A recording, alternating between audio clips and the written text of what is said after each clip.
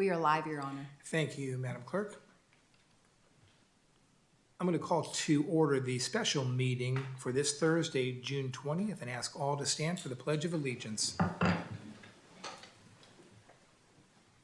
I pledge allegiance to the flag of the United States of America and to the republic for which it stands, one nation, under God, indivisible, with liberty and justice for all.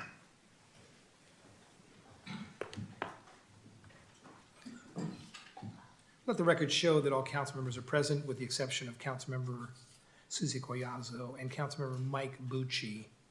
In addition tonight, because this is a special meeting, I want to take a moment to introduce our acting city attorney for this evening, Mr. Alex Moog. Moog, is that correct? Thank you for joining us this evening. We're going to do an overview of the 2024-2026 capital improvement plan and a majority of the capital projects. Ms. Savorka?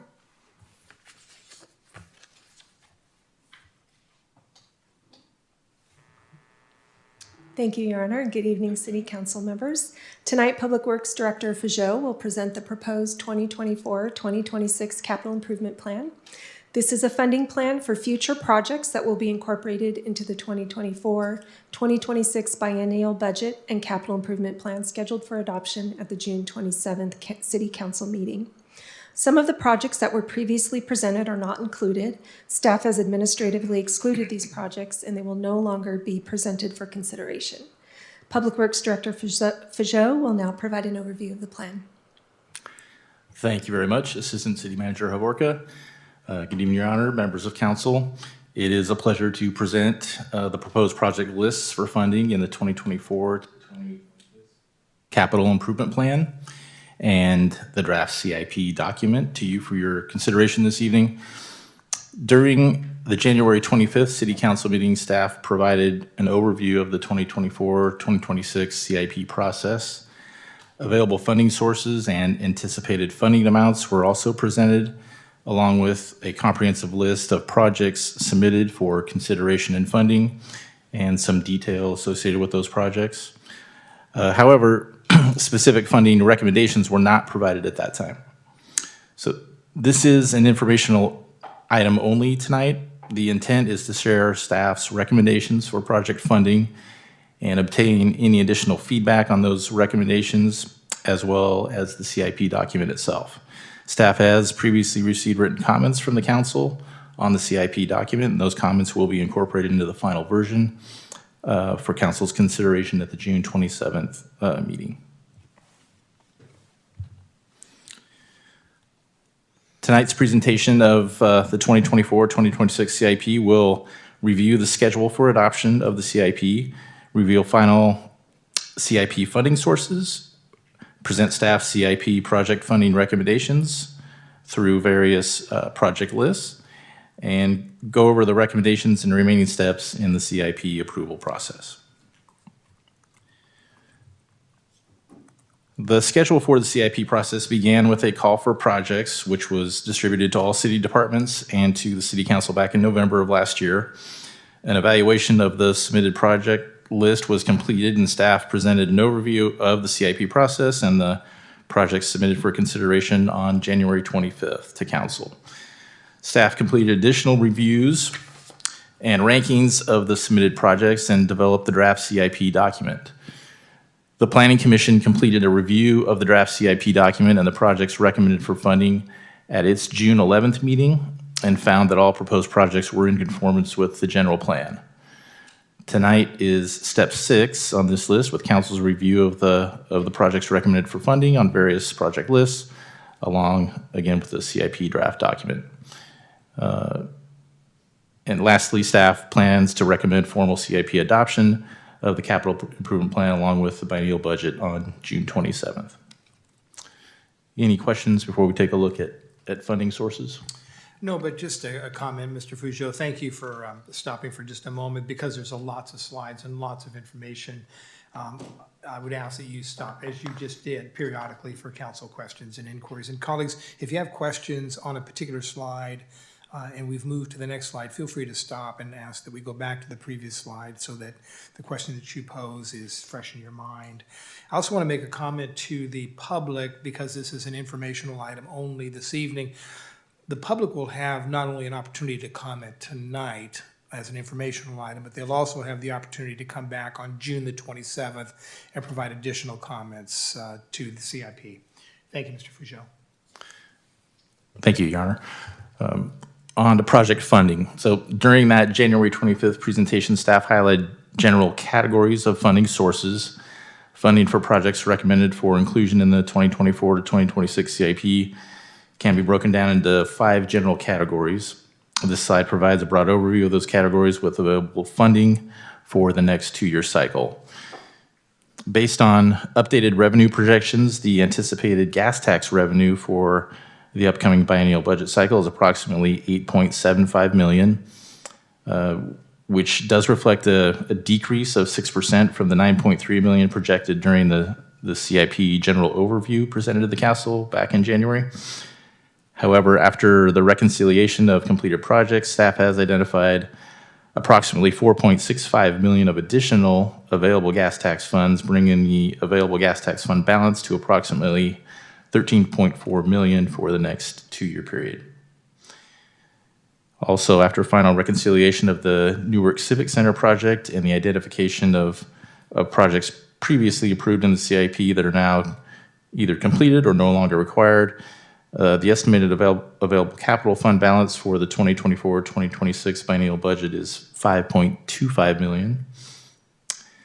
Community development maintenance funds may be used to pay for feasibility studies on or master plans that are related to maintaining and updating the Newark General Plan, zoning ordinance, or other related regulations. The estimated fund balance for community development maintenance funds is approximately $3.7 million. The current park impact fee balance is $5.8 million, and there are other development impact fee balances that are collectively about $15.3 million for the upcoming cycle. The city has been able to obtain a sizable amount of outside funding in the last couple of years, primarily for transportation projects. That funding total right now is approximately $35 million. And we'd like to go over each of these categories in a little more detail. Any questions at this point? The the Community Development Maintenance Fund, where we talk about those funds are going to be used for studies, including master plans. Does your plan that we have reviewed, does it go through the different plans that are currently being reviewed, whether it be Parks Master Plan or Facility Resource Plan? Do we delineate what the cost or anticipated cost of those plans are as it relates to the $5.25 million, the $3.7 million fund, as far as you know? Sorry, I'm really having trouble with my mic tonight. So because those plans have not been finalized, the Facilities Master Plan or Parks Master Plan, there are not projects specifically in those plans that we have used these funds for. There are a couple of anticipated items that are in the Community Development Maintenance Fund plan. However, you'll notice, especially with the parks, we're kind of deferring until that parks plan is complete, that we will then bring forward parks plans. Does the staff report give an estimate of what we anticipate the cost of those plans to be, though not completed? The projects in those plans? Right. No. Okay, thank you. Mm-hmm. Okay, we'll take a look at gas tax in a little more detail first. Revenues collected by the state from excise and sales taxes on gasoline and diesel fuel, as well as registration taxes on motor vehicles, are distributed to local cities through the Highway Users Tax Account, or HUTA, H-U-T-A. In 2017, the state legislature passed Senate Bill 1, SB 1, which increased gasoline excise taxes, diesel fuel sales taxes, and vehicle registration fees, with the additional revenue allocated to local cities through what is called the Road Maintenance and Rehabilitation Account, or RMRA, RMRA. Collectively, recent forecasts project Newark will receive over $2.6 million per year from those two accounts. In 2014, Alameda County voters approved Measure BB, a half-cent sales tax to help deliver essential transportation improvements within the county. Measure BB was later increased by another half-cent to a full 1 cent sales tax to compensate for the loss of the Measure B half-cent sales tax, which sunset in the year 2022. Over half of all revenues generated from Measure BB are distributed to cities as direct local distributions to be used specifically towards capital or maintenance projects that either improve local streets and roads or directly address bicycle and pedestrian access and safety.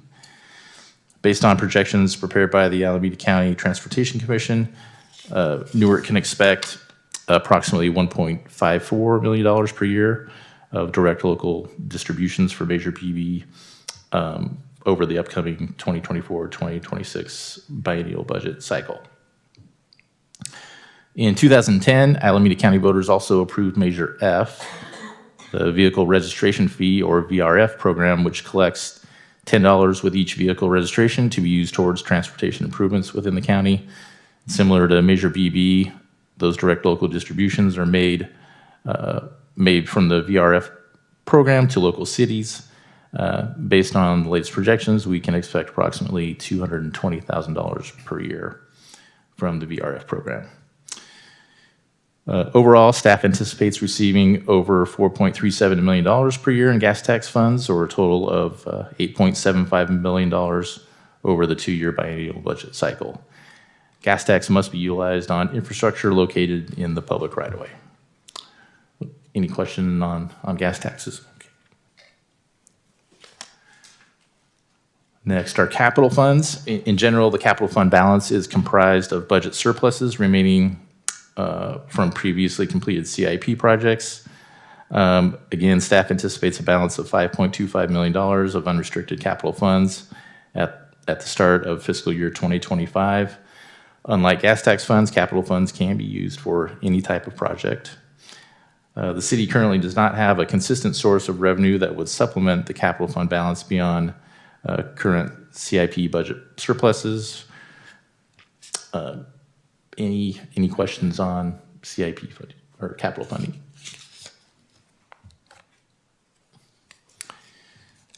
Back to the Community Development Maintenance Fund. Those are collected with each new commercial and residential development project and are restricted funds that may be used to pay for feasibility studies or master plans that are related to actual costs of maintaining and updating the Newark general plan, zoning ordinance, or other related regulations. And we do anticipate $3.7 million of available funds in that category. And we do have quite a few studies proposed that can make use of that funding. Any questions on that type of funding?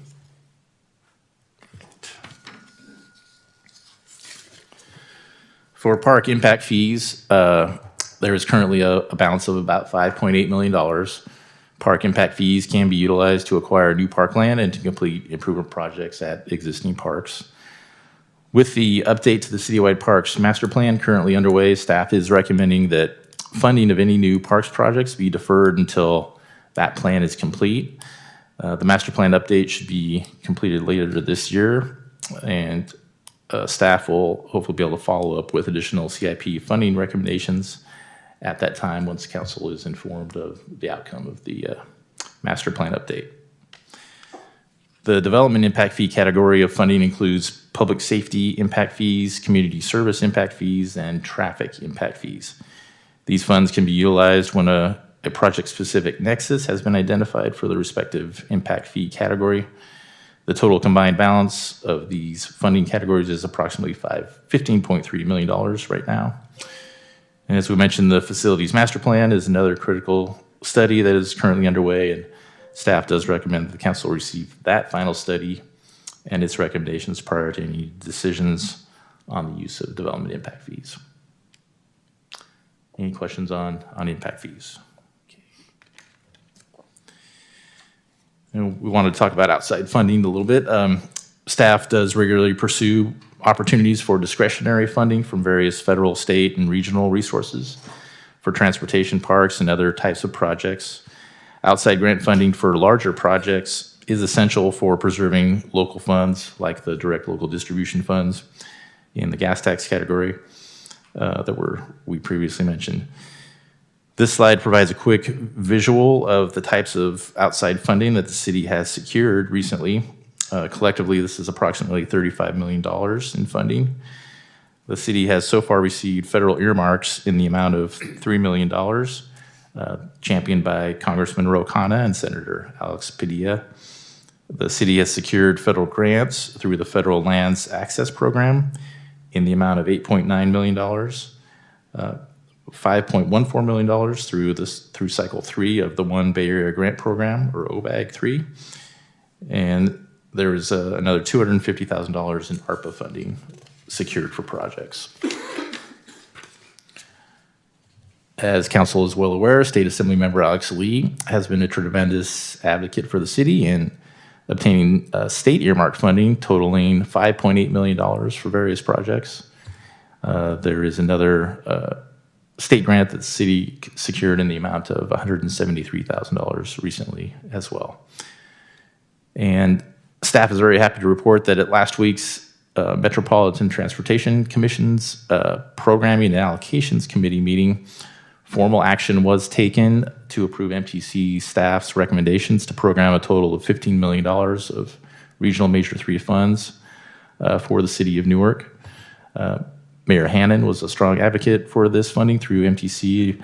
We should also acknowledge Union City Mayor Carol Dutra-Bonacci, who represents Alameda County as an MTC commissioned member and was also a strong supporter of the proposed Regional Major 3 projects coming from Southern Alameda County, including Newark's.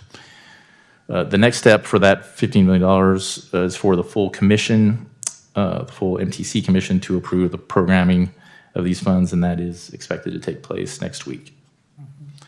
So all of this outside funding, again, is essential for completion of major projects, and of course helps free up local funds for other uses, including pavement resurfacing and maintenance on local residential streets. I did want to just take a moment to emphasize that the CIP is a 2-year planning document for project funding.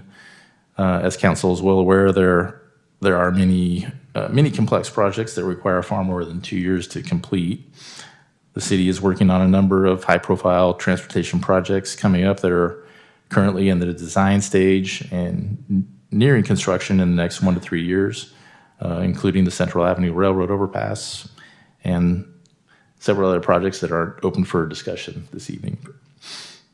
There are also many planning documents currently underway, as we've discussed, in addition to the recently approved public art master plan. There is a long list of studies currently taking place that, again, will help inform the council on future investment decisions in the CIP. We've talked about the facilities master plan, the active transportation plan, which is an update to the current pedestrian and bicycle master plan, is underway. We have a broadband master plan. Again, the citywide parks master plan update is underway. Staff recently began the climate action plan update. We have, again, the facilities master plan. There is a local hazard mitigation plan underway and close to being finalized. A technology master plan through our IT department, and most recently a sea level rise assessment and adaptation strategy plan is underway. So all of those will help feed into future decision making. So lots more information coming up. And then if I can just interrupt for just a moment, I wanted to make sure I understood your question, Mayor Hannon. The estimated project costs there are included in each of those individual plans. We don't have them outside of the plans into the CIP, but I want to make sure. And that was more my question, more along the cost and the plans themselves. Okay. Yeah, so within there, some of the projects have estimated costs for projects going years out, and some are just for first year priorities. Okay. Perfect. I just want to take one moment, if I may, Mr. Fujo. You know, we always thank, and rightfully so, Congressman Ro Khanna, Senator Padilla, certainly Assemblymember Lee for their support in helping the city of Newark attain a lot of these grant fundings. But it hasn't escaped us that there's a significant amount of city staff time, Ms. Havorka, devoted to making sure that we get these grant applications in a timely manner, that they're done and written well, so that we can be competitive when it comes to the allocation of these funds. So really congratulations to the city manager and all the departments that participated, Mr. Fujo, in helping us receive these grant monies. What was that total amount you estimated at the beginning? Well, $35 million $35 million. for transportation projects, and that does not include all the outside funding that will be coming in for the Central Avenue Railroad overpass. And our total general fund is roughly 60 million, so 35 million or more specifically for grant funding for infrastructure throughout our community.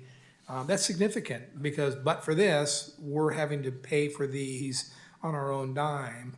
And so again, real kudos to city staff for all the hard work in making sure that these funds become available. And again, the challenge, for next year and the following year to continue in that path, to see if there's funding out there to advocate for it. And hopefully next year we get, 40, 45 million, but great job. So yeah, thank you. Lots of projects in the planning stage, and that funding is exciting. I know, Mayor, you want to be able to identify some of the accomplishments of projects actually completed over the last couple of years.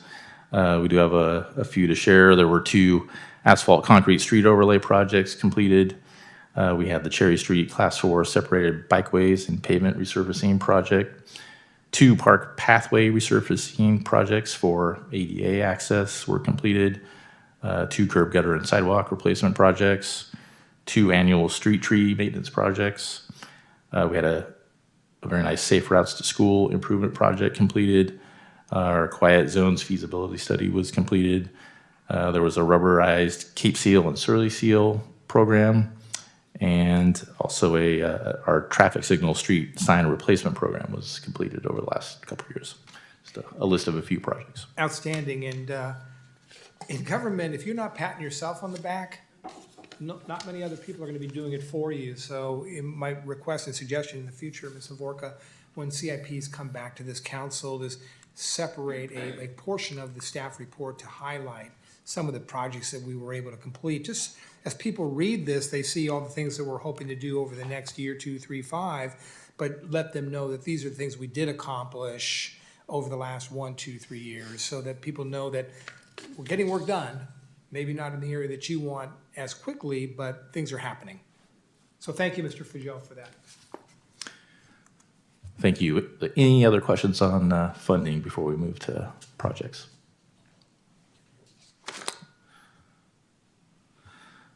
All right, so we'll go over the majority of the projects that are proposed for funding with the 2024-2026 CIP. The CIP projects proposed for funding have been separated, generally speaking, into the different funding categories based on the nature of the projects and, again, the type of funding. So we'll start with projects that would be funded through the gas tax revenue category. As mentioned earlier, staff anticipates receiving over $4.37 million per year in gas tax funds, or a total of over $8.75 million over the 2-year CIP. And the city currently has a total of $13.4 million available for those gas tax projects. A total of 14 projects are recommended for gas tax funding, 6 annual street maintenance projects each year for a total of 12 projects in the 2-year cycle, and then 2 standalone street improvement projects, all worth a total estimated cost of $11 million even. With this year's projects, there is a focus on improving the city's condition of city streets and sidewalks to address community needs. And this will in turn improve the city's overall pavement condition index. And then we just have 2 projects that were submitted for funding that are not recommended by staff at this time for funding. We'll go over all those in detail.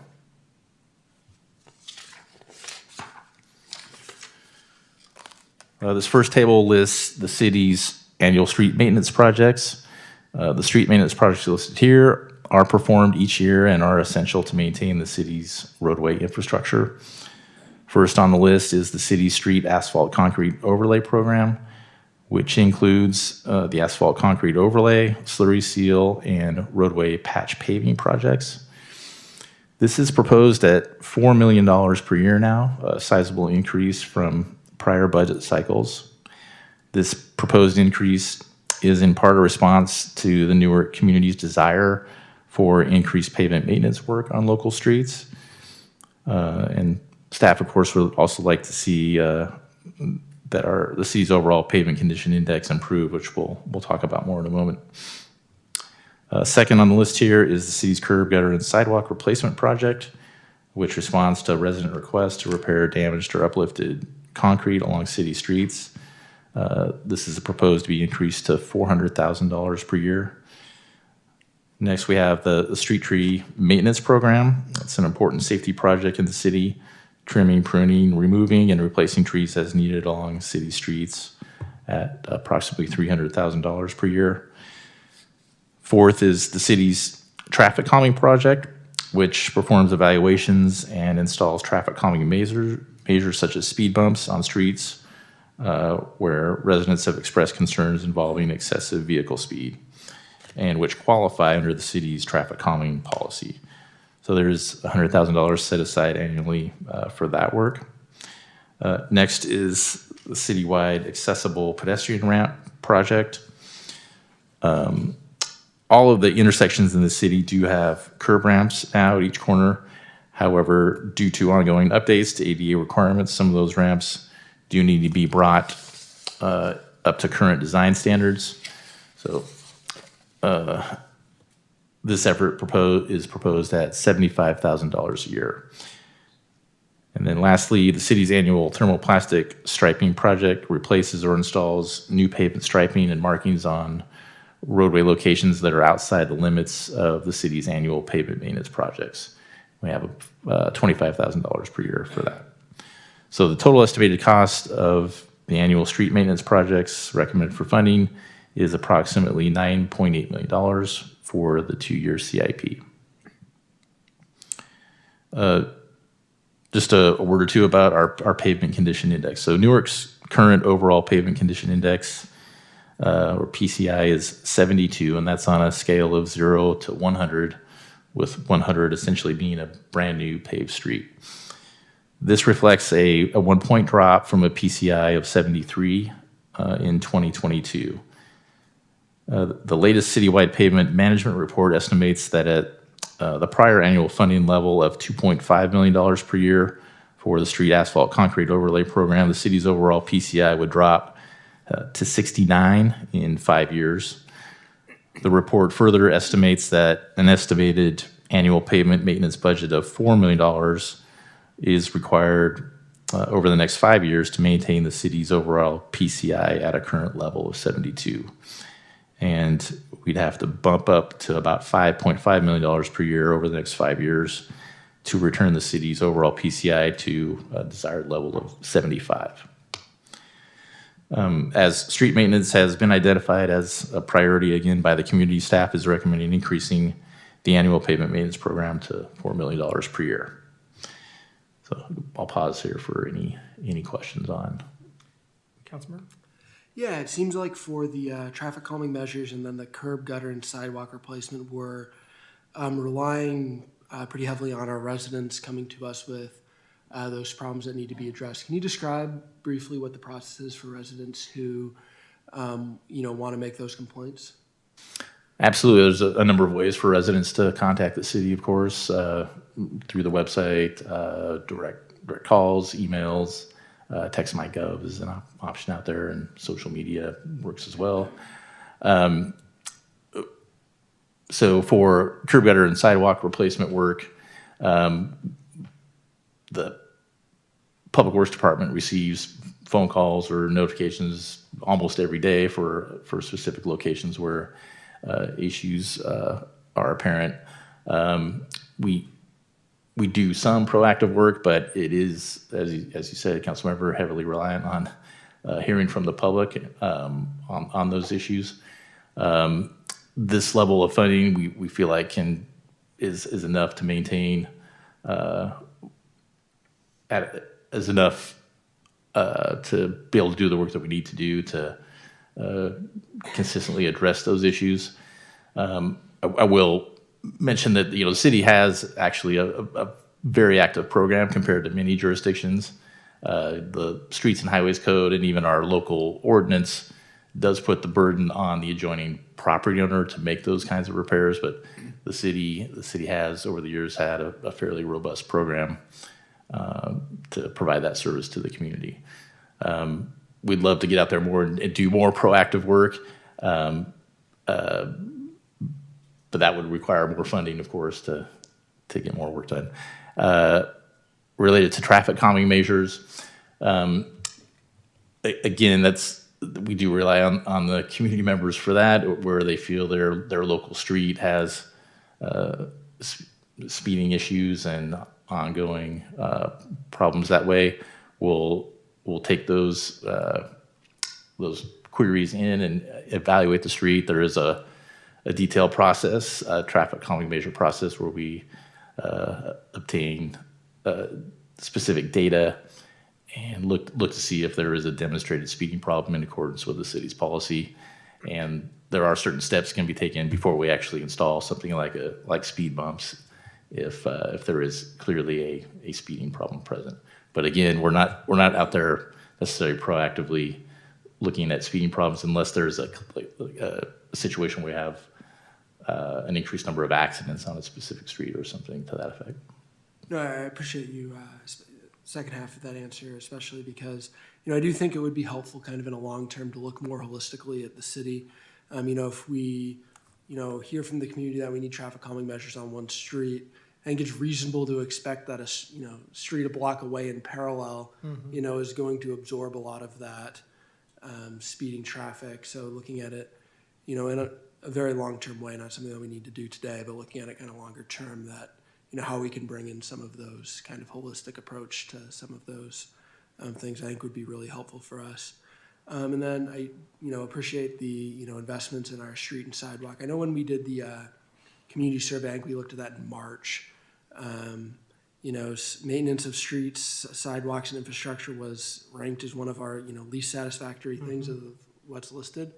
I think if we go back and do a survey, it might be helpful if we separate out streets and sidewalks to see kind of, I think people interact with streets and sidewalks differently, and, to see kind of where we really need to make sure that we're putting our investments. But, from what I'm seeing here, I'm happy to see that, we are taking that feedback seriously and are looking at ways to, improve that. Yeah, another measure we've taken is reaching out to our risk services management consultants, and they have suggested a citywide sidewalk assessment so that we can have more of a proactive and preventative plan in place in the future. And so after completing some of the work we have now, the plan is to look into that. Yeah, from my perspective, that would be really helpful because I don't think we have a lot of good detailed information from the community about how they're using sidewalks. We'll get some of that from the active transportation plan, but how they're using sidewalks, where we need to improve, where we need to do better. So, I think information we can get there was going to be really helpful. Just a couple follow-up questions, Mr. Fougeot. I would certainly love to see the city raise its PCI to 75, and you mentioned that's about $5.5 million that we would need to dedicate on an annual basis. Looking into your crystal ball, is that something that we, from a funding standpoint, could achieve that $5.5 million in the next few years as an opportunity to raise that PCI? Yeah, I think there are potential opportunities with the Alameda CTC to look at potentially increasing our direct local distribution allocation. There's a formula for the entirety of Alameda County that does favor North County jurisdictions and Central County jurisdictions. This goes all the way back to original Major B needs, like in the 70s and 80s. And back at that time period, East County and South County had a lot more investment in capital projects. There were newer areas, and there was more of a maintenance need in North and Central County. Well, that formula has carried over to the present day, and it does impact jurisdictions like Newark and South and East County.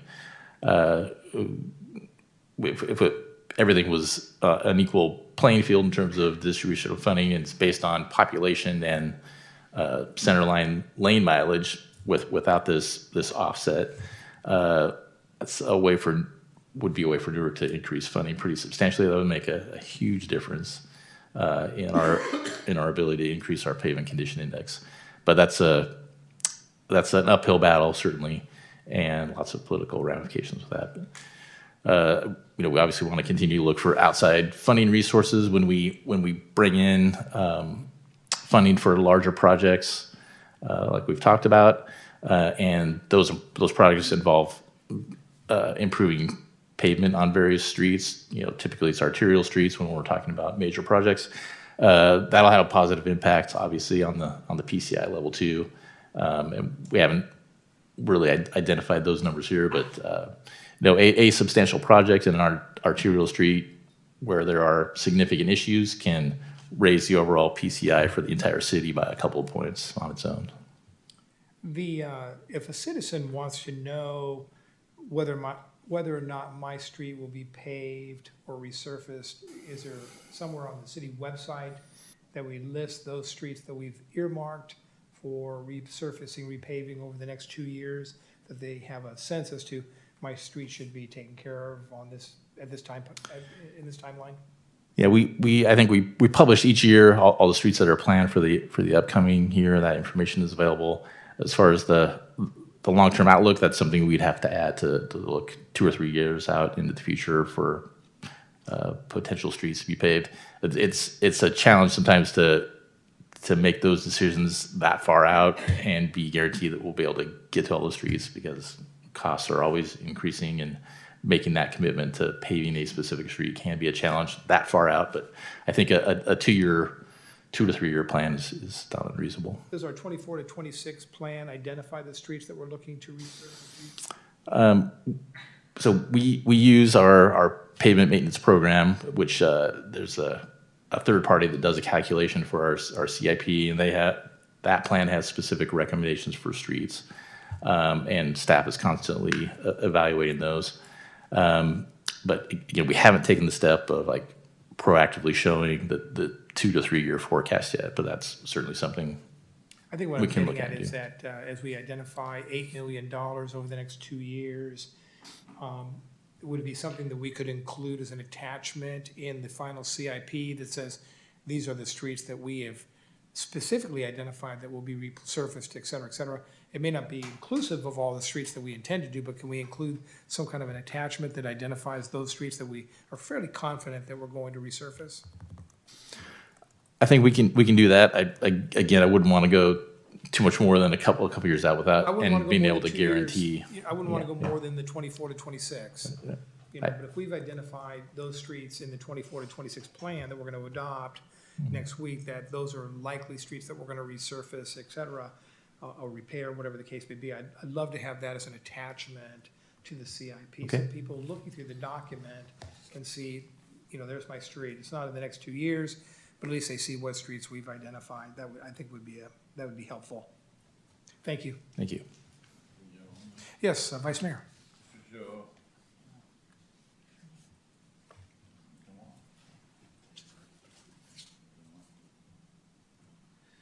Mr. Fajot, this thermoplastic street striping, 25K per year, it is, for example, Sycamore was repatching, I guess, was bad spots of the broken paving, and that was done like a month ago.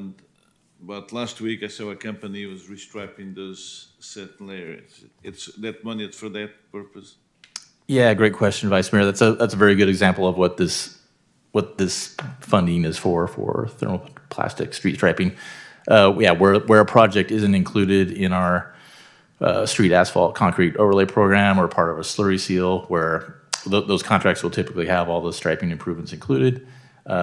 This additional funding is to deal with locations like that where we need to do a little extra striping that isn't part of another project. Yeah. Thank you, Ron.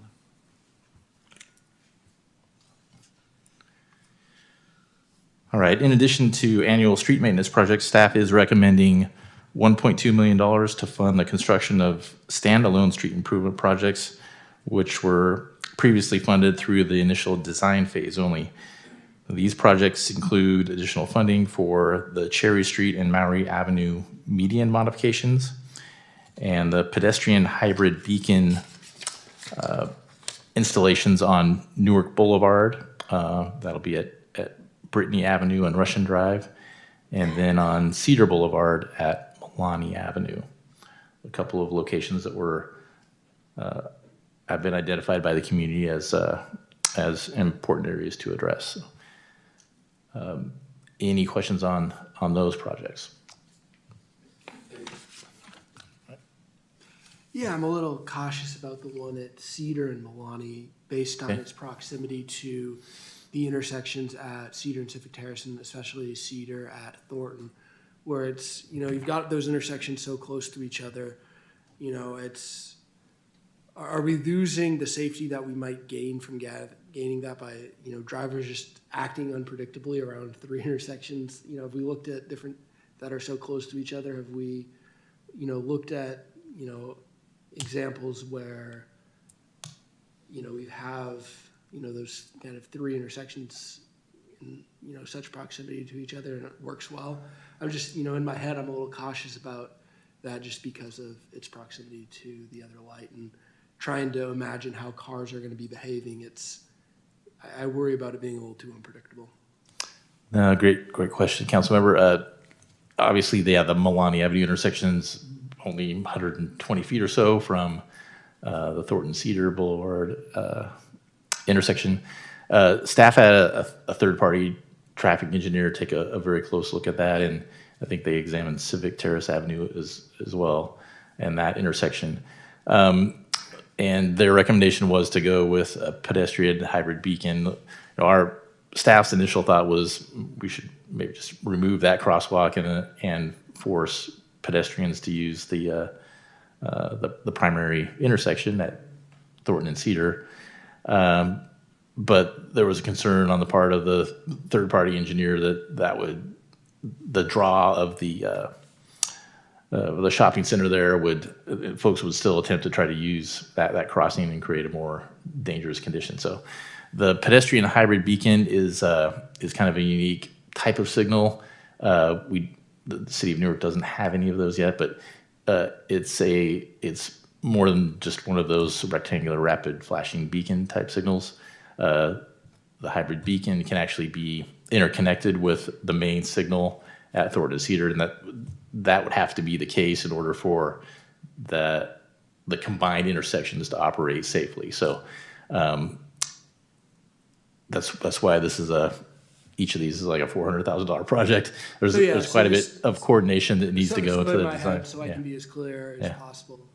It's if I'm trying to cross the street at Cedar and Milani, I press the button, right, and then it's going to allow me to go when the traffic on Thornton is going green too. So it's going in the same direction. So it's going to be timed with that intersection. Exactly right. All right.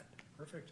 And then you said the other one was at the cross street on Newark Boulevard. The cross street there was. Newark Boulevard, right where one of our fire stations is located. Right, it's Russian Drive on one side, Brittany Avenue on the other side. We have a marked crosswalk.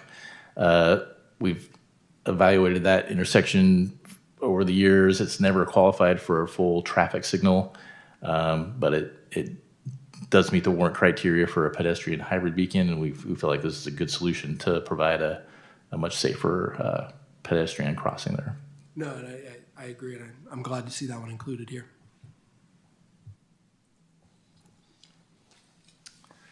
All right.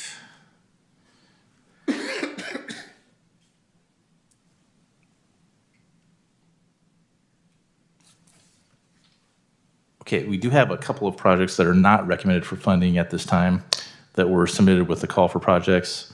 Design and construction of the Central Avenue median and sidewalk improvements is recommended be deferred until construction of the Central Avenue Railroad overpass is well underway.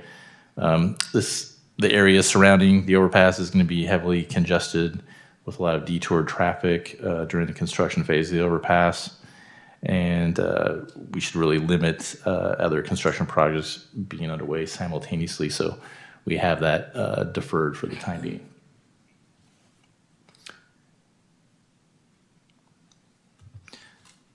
So this slide just provides a final summary of the gas tax projects recommended for funding in the next 2 years. Again, there is $4.9 million in street maintenance projects for each fiscal year, and the $1.2 million in standalone street improvement projects for a total cost of $11 million even. With the project gas tax fund availability of $13.4 million, that leaves a $2.4 million buffer for council to consider using on other projects that may get finalized over the 2-year period. I'll pause there for any final questions on gas tax funding. One of the questions I've had for the city manager over the last number of months is looking at a pilot program for our street sweep program. And my thought is that we don't have a program in our community, and I believe that there are certain interior streets that are significantly impacted by the amount of trash and things of that nature, because the street sweeper just never gets to those curbs. Is that something that your staff is thinking about in terms of a pilot program? Just to see how it would work, for example, on Sycamore or other major streets, and then maybe we roll it out on other selected streets around the community. Your thoughts on that?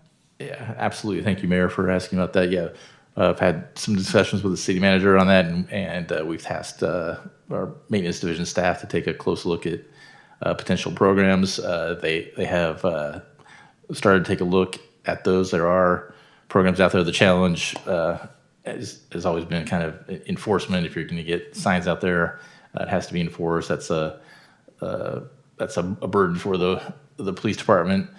Some cities have actually gone to an approach where the operators of the street sweeper have the authority to actually issue citations. That's one potential option. Not sure I'm excited about that Yeah. opportunity. But staff is taking a look at options for a program, in particular a pilot program, to potentially get started. It would be a challenge in certain portions of town where we have high density development and a lot of cars on every public street. To get all those cars off the street and sweep would be a challenge. We have to come up with some unique options, I think, to make that work everywhere. But we'd like to start with a pilot program and see how that goes and roll that out. And hopefully, the community would be supportive. Perfect. Thank you.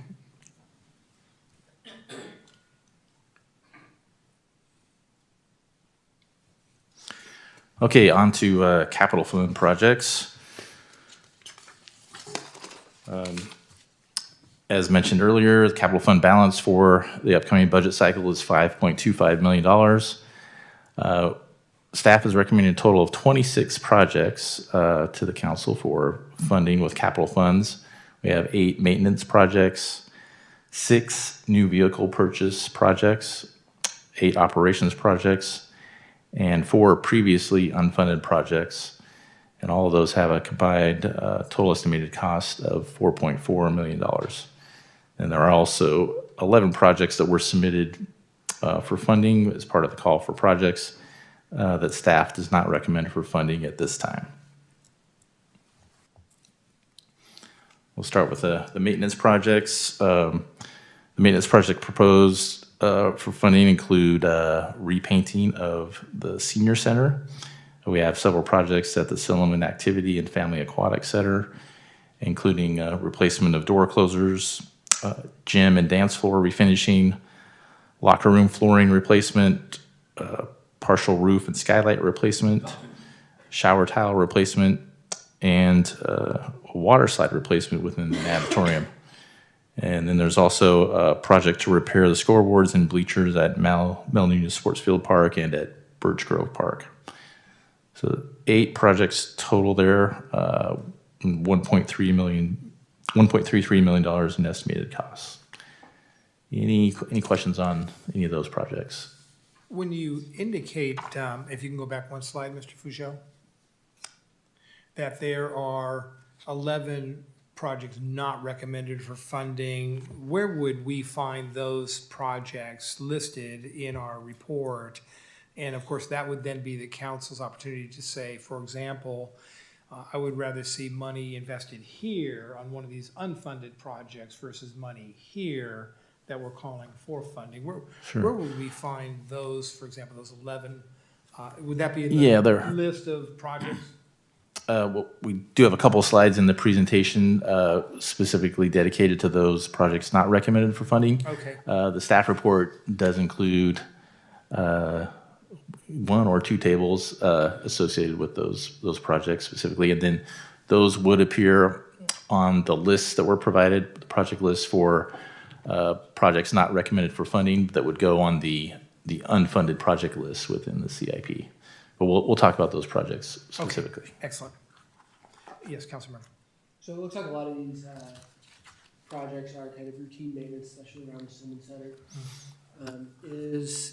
In terms of our timing, this is kind of what we're expecting, when, the facility was built, this is just a part of that. Are we, is this worrisome that, we're, maintenance needs to come up quicker than we're anticipating? How are we, with this routine maintenance based on our expectations? Yeah, I think given the age of the building, it's about right. Some of the surfaces originally selected, like some of the tile, for example, really small tile with a lot of grout. That's more of a challenge to maintain versus a larger tile or a different kind of surface finish. Some of the roofing that was included with the original project, slate roofing. Heavy and kind of a challenge. There's some translucent roofing panels on the building, and those are showing their age. Very nice products that look good, but do result in additional maintenance costs down the road compared to some other finishes. So there's a few things like that maybe weren't initially anticipated, but I think the scope of work that we see here is in line with a building of that age.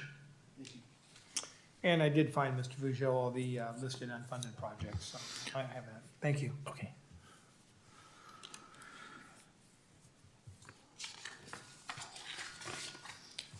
All right, next, we have a number of projects for new vehicles in various departments.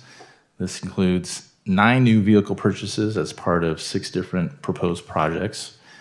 We have a vehicle for community preservation, a vehicle for information technology, 2 new patrol vehicles for the police department, 2 unmarked vehicles for the police department, a new Public Works street sweeper, and 2 new vehicles for the Public Works Maintenance Division's new supervisors. These new vehicles total $1,125,000 altogether. I know we covered those in January, but any questions on those recommended purchases? And you'll continue to utilize the methodology of coordinating with other municipalities when it comes to purchasing of vehicles to see if there's some savings. I can't recall the term that's used in that Yeah, regard. piggybacking. Thank you. Yes, You'll continue to do that. absolutely. Councilmember? Hey, can you describe some of the reason for the police department unmarked vehicle? That cost seems high for me for a vehicle that's supposed to be unremarkable and unmarked. Can you describe some of the reason behind that cost? Well, we have Chief Arguello here, but I will say there's a reliance on those unmarked vehicles sometimes for other types of uses to fill in other needs if we're short on patrol vehicles. But I'll let our resident expert speak to that. Unless one of these was specifically your car, Chief, then we would. Is this on? Okay, great. Good evening. Thank you. Good evening, and I appreciate the question. To provide some clarification regarding unmarked vehicles, we do prefer for them to be unremarkable for sure.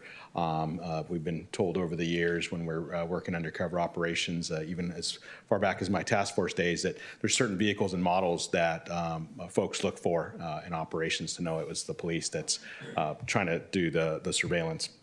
But Specifically, we have not had any luck in finding vehicles that meet the crash test ratings, the reliability ratings, the motor ratings, and all the safety factors we need in the aftermarket space. There's some unknowns to those vehicles, so we work closely with our corporation yard folks to source the vehicles. During the most recent years, we've had some difficulty in sourcing and even some of the piggybacking that you're speaking of, where we've actually had to go buy vehicles off of lots in the open market and compete, where we've gotten no responses in trying to look for certain vehicles, as opposed to just finding some very specific models that come in that category of being recognized, even though they're unremarkable, as police fleet vehicles. The other aspect we try to do with the vehicles is at times we try to, if they're unmarked but going to be used by administrative staff and not surveillance purposes, we try to buy off of the state bid and just request the unmarked version, but they're still pursuit rated. And the reason we do that is at times when we've had, we don't have we have a lean fleet, and so if we have vehicles that get involved in collisions, whether it's even our responsibility or somebody else's at fault, it could take up to 18 months or upwards of that to get a vehicle ordered and back to replace that vehicle. So our safety net is to have some unmarked administrative vehicles that could be converted to fully functional patrol vehicles and be pursuit rated, added the additional equipment with all the computer software and hardware inside, the partitioned, all those aspects of a regular patrol vehicle as our safety net to being able to have first responder vehicles. So those are a couple of the factors. And then, of course, there's the warranties. Our corporation yard likes to work with the warranties, and those in themselves can add, $3,000 or so. And then there's all the lighting equipment that, even though if they're unmarked, we still need them to have all the same safety and lighting equipment so that we can alert the public for Code 3 responses or pursuits. So it ends up, all those things end up adding up. Thank you. Sure. Do the community preservation vehicles, do they come with technology where the officer can input information regarding an open case in the field? Does it come with that technology? The vehicles do not come with that technology, but I believe we have devices where we can tap into our permit tracking system software, and those officers can complete reports and collect information data in the field and put that into the permit system. Excellent. And the community preservation vehicles, are they marked as community preservation vehicles? I believe they just have a generic city logo, same appearance as a building and inspector vehicle and other vehicles. Thank you.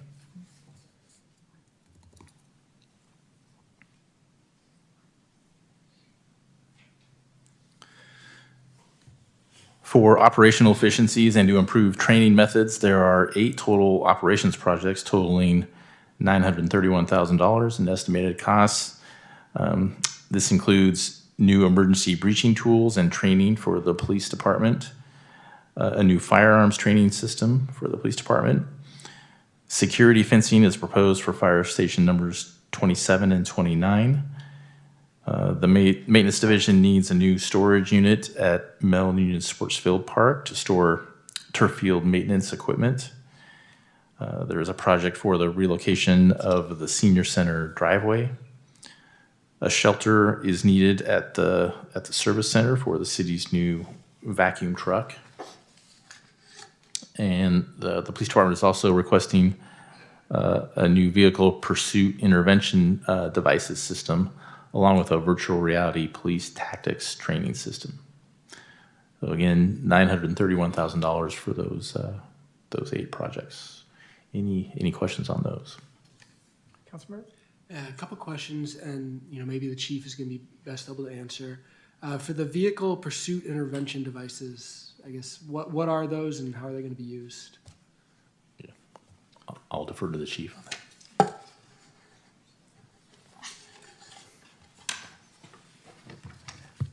Thank you for the question, sir.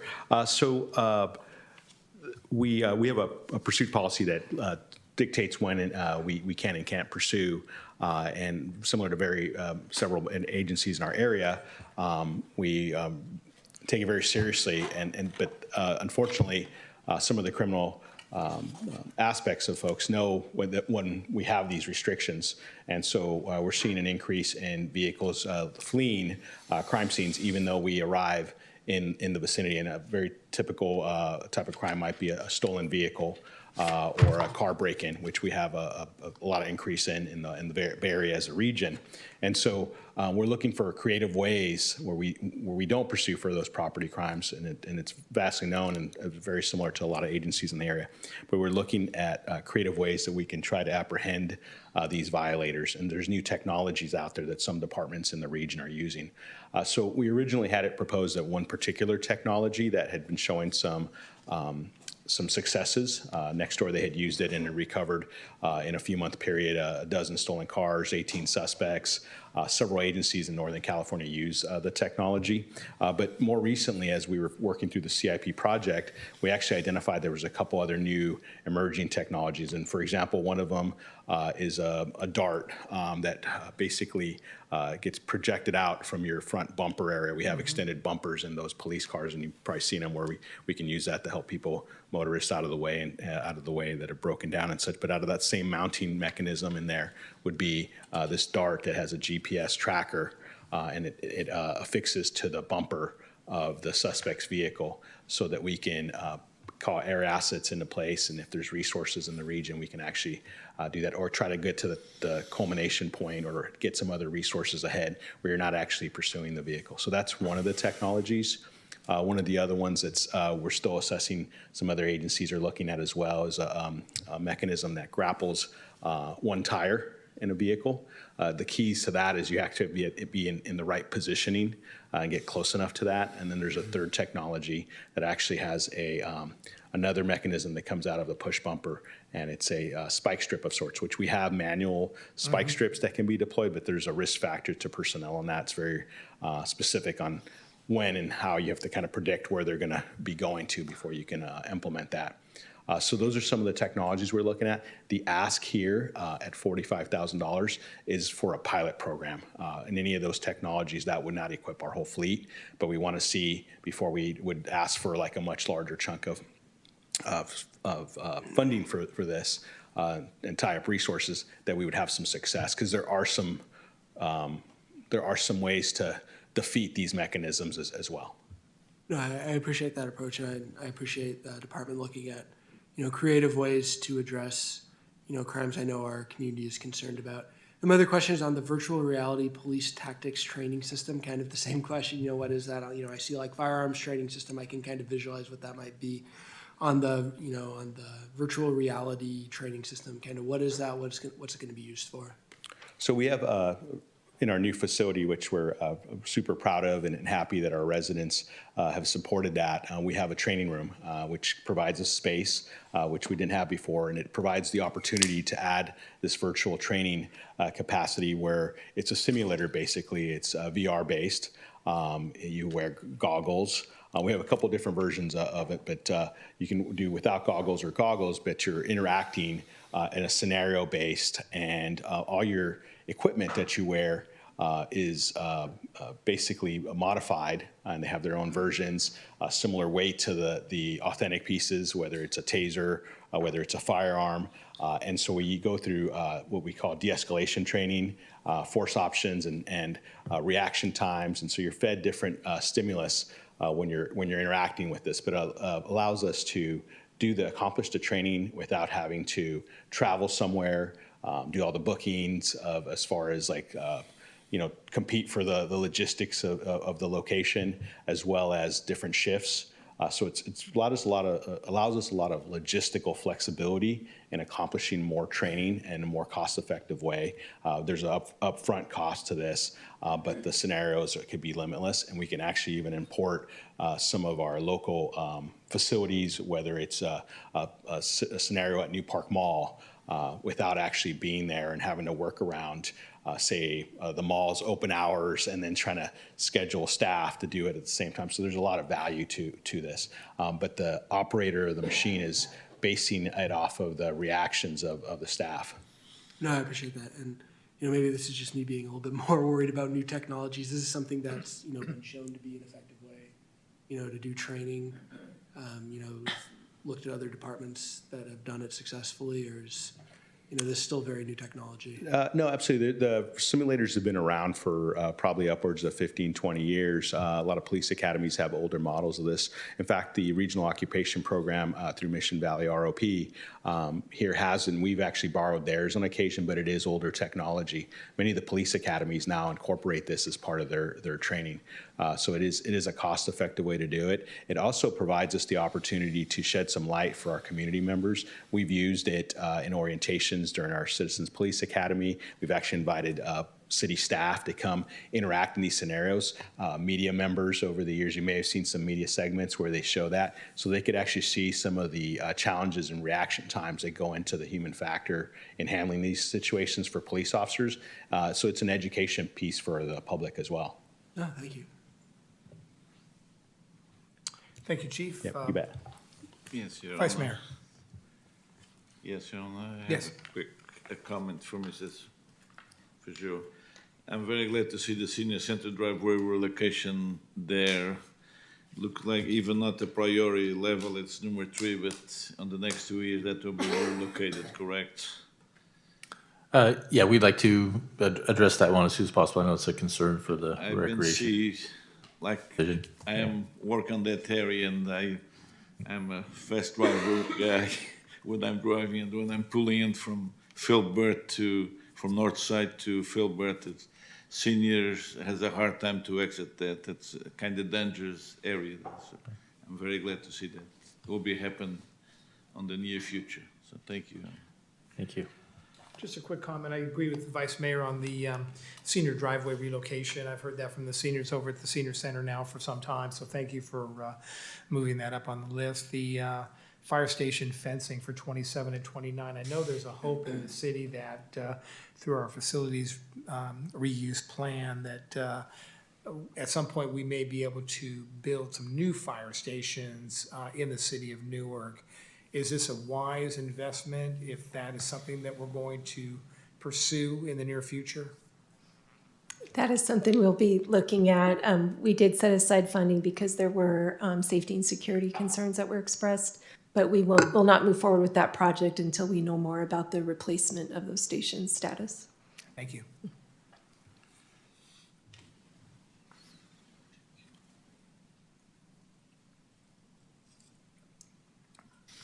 So there are 4 projects that were previously listed in the CIP as unfunded, but are now proposed to be funded. This includes a new water tank spray truck for Public Works, some repairs at the Second Chance Shelter Building located on Central Avenue, a retrofit of the existing pool sanitation system at the Silliman Center, and a new facility for storage at the Newark Service Center. Altogether, we're estimating those projects totaling just over $1 million. Any questions or comments on those projects?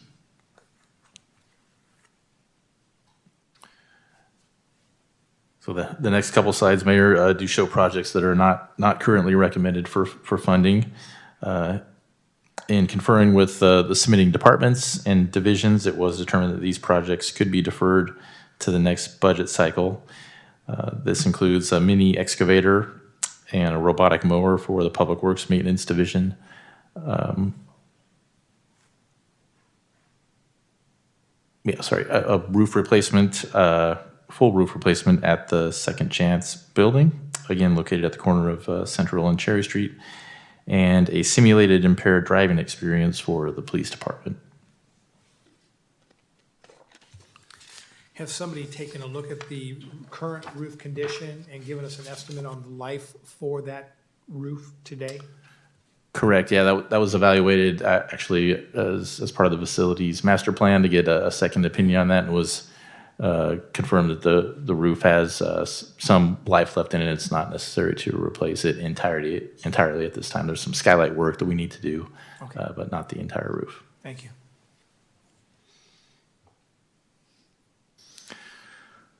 Continuing with a few projects listed that were requested with a prior budget cycle and are still not recommended for funding at this time. Again, after conferring with the requesting departments and divisions, these projects are recommended to remain in the CIP as unfunded projects for future consideration. This includes an articulated aerial lift truck for public works, arterial landscape median upgrades, citywide bus shelters, the Birch Grove Park tennis court area re-landscaping, senior center HVAC replacement, Silliman Center energy conservation measures, and the Silliman Center pool deck replacement. Altogether, it's a little over $4 million in estimated project costs, not recommended at this time, but included in the CIP as potential future projects. Hey, can you clarify what the priority level means? Because we've got a couple projects here on the last couple slides that are priority level 2 that were not recommended for funding. If you go back up, we've got some, projects at priority level 3 that, are recommended for funding. So how do we kind of look at these priority levels and, figure out what's funded, what's not? Yeah, the priority level, of course, is always a factor. Priority level 3 is the lowest ranking. So where we have a 2, there's for example the robotic motor mini excavator that does those both present like an ability to provide an increased service level or more efficiency. That's why we have them categorized as priority level 2. But they are not essential at this time. So we're holding off on recommending purchase of those. And let's see, similarly, the Silliman Center energy conservation measures, again, it potentially provides an increased level of efficiency. We're not recommending that project right now. There's actually been quite a bit of work done out at the Silliman Center in terms of LED conversion inside the building for lamps and other work that's been completed for a higher level of efficiency on our pump systems and so forth. So we don't have specific improvements associated with this project to undertake at this time. That's why that's at a service level 2, but not recommending that it be undertaken. Thank you. But we've also invested a significant amount of money in terms of energy conservation at the Silliman Center with solar paneling and things of that nature, which kind of go to help energy conservation measures as well. Another important upcoming project, yes. Yeah, on a Yes, Vice quick Mayor. question. It's not even recommended for funding, but the citywide bus shelters, they are built or they are maintained by AC Transit, but we, the city, are responsible to. Yeah, very good question, Vice Mayor. So the most of the existing bus shelters that we have were part of a program with AC Transit and an advertising program.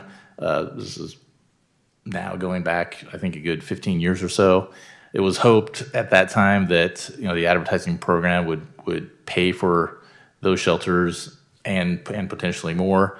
That never really penciled out from the advertiser's perspective, and so more and more of the responsibility for maintaining the shelters and now constructing any new shelters relies with the individual jurisdictions. So that's why we've put this project on the books.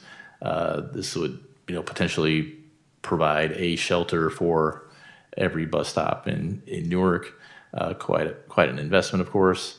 I think one possibility to look at is not necessarily a shelter at every location, but maybe we start thinking about just benches at certain locations where we have more needs. All of the existing shelters that we have are kind of targeted for areas where we have older residents, so like near the senior center, for example, and senior housing locations were a focus previously. But obviously we have plenty of other locations that do not have shelters. So something on a smaller scale, just benches, not necessarily complete shelters, is something we could look at in the future. Thank you.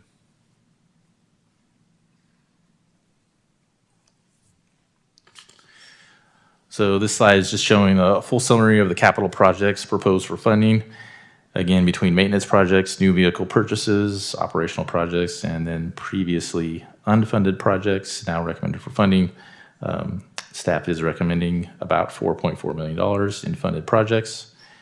With that projected fund balance of $5.25 million, that would leave a balance of approximately $850,000 in capital funds without any additions to the capital fund. So pause there one more time for any other questions or comments. I should pause here for a moment, Mr. Vougeot, to see if there's anyone in the audience that has any questions on any of the items that we've discussed thus far. Thank you. All right, another important funding source, again, proposed for use this year is the Community Development Maintenance Fund. This fund can be used to support, again, updates to the general plan, zoning ordinance, and related documents. The city often uses these funds for related feasibility studies and master plans. The fund is flush with $3.7 million balance, and we have 6 projects totaling $2.2 million in estimated costs. The proposed projects on this year's list include the ADA transition plan update. We have the Four Corners area plan, a housing programs implementation of adopted housing element, the New Park Place specific plan enhancement and expansion, the rental housing inspection program assessment, Title 17, which is our zoning ordinance, housing-related assessment and update, and finally, an urban forest master plan. So, again, $2.2 million totaled for those 7 projects. Any questions on any of those? Councilmember. Yeah, the Four Corners area plan, I guess, what are the Four Corners? Can you clarify Oh, sure. exactly what that is? So that's referring specifically to the intersection of Newark Boulevard and Jarvis Avenue, and then the Four Corners shopping area in that space. And then for the New Park Place specific plan enhancement and expansion, are we looking at expanding the geographic scope too? When we say expansion, what do we mean by that? I believe that's the case to include the entirety of the New Park Mall Plaza area, but I might defer to our Art Tiriano, our Deputy Community Development Director on that one. Yes, good question. So the New Park Place Specific Plan Enhancement and Expansion Program refers to, just for context, the New Park Place Specific Plan had 2 major areas. There was the Mixed Use 1 area, which is kind of the ring road around the mall. So that's the Mixed Use 1 area. The Mixed Use 2 area was the other blocks going around that ring road, going all the way to Ballantyne. So yeah, one of the things we're going to be looking at is the expansion of going beyond Ballantyne, potentially all the way to Stevenson, and looking at potential opportunities for like mixed use projects. The real focus of the New Park Pacific plan was, to get retail and enhance that mixed use 1 area. And we really didn't do a lot of work in the mixed use 2 area. So now we're coming back and gonna kind of focus and look at those blocks, how the arrangement of them is, make them compatible with the guidelines and kind of the vision for the mixed use 1 area. And like we said, potentially take it all the way to Stevenson. So, Thank you. yeah.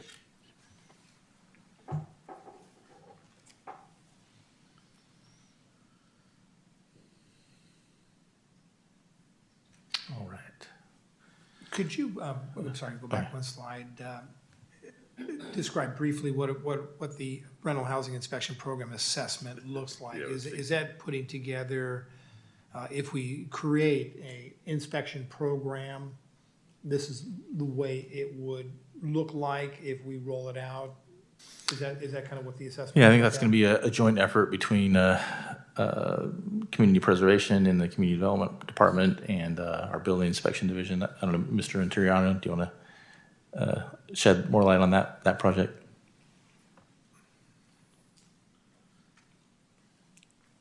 Yeah, what you said is what I know right now.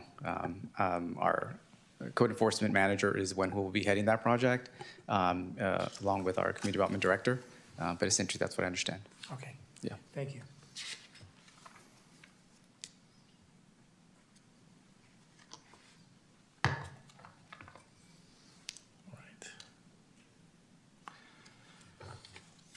This slide is just indicating that, again, there is a $5.8 million balance in park impact fees.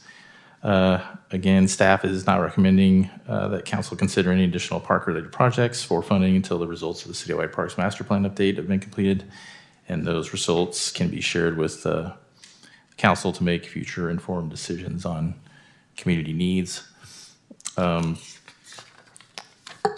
Brings us to next steps. Next and final step in the process for the capital improvement plan approval is formal adoption with the biennial budget, which again is scheduled for City Council's consideration at the June 27th City Council meeting.